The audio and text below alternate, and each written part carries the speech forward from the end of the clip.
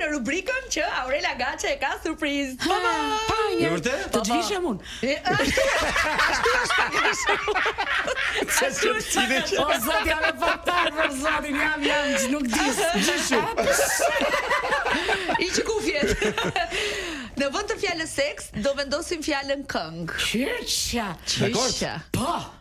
Do më thënë ti përgjigju për këngë, po në fakt që mos ta përdorim seksin kaq shumë. Se nuk e themi do pyetje fjalën seks. Jemi dhe të martuar tash. Ashtu jemi të gjithë. Po sepse jemi të martuar, jemi shumë mirë. Është publik i dashur, ta kanë faj. Është kënga gjë më e bukur në jetë? Edhe po.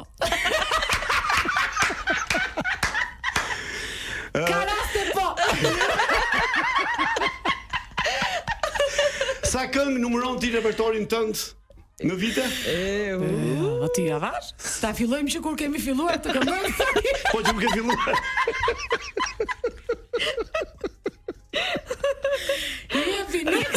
Next. Në një këngë, kush ka më shumë vlerë, kompozitori apo këngëtari? Është bashkëpunim. Kompozitori mund të jetë aty, po pa interpretin. Pa interpretin nuk është se pastaj quhet uvertur. Orkestrale.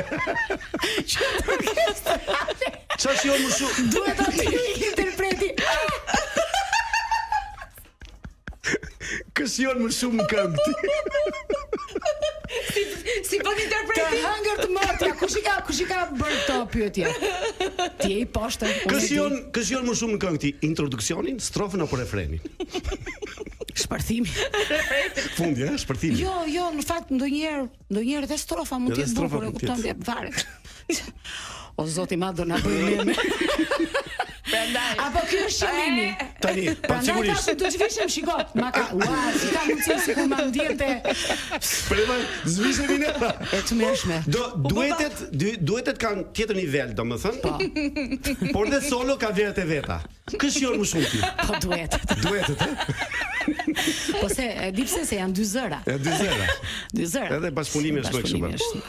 Karaktere të ndryshme. Kush të mbetet më shumë në mendje, këngët e qeta me tonalitete poshtë kështu, apo ato që shkojnë lart që kanë dhe ngjyrje pak kështu?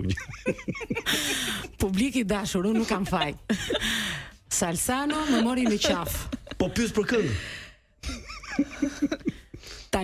Tani komentet poshtë. Ju vjetur. Jo, s'ka fare. E disa falsa ka kjo rubrik. Elvana Gjata ka kaluar këtë.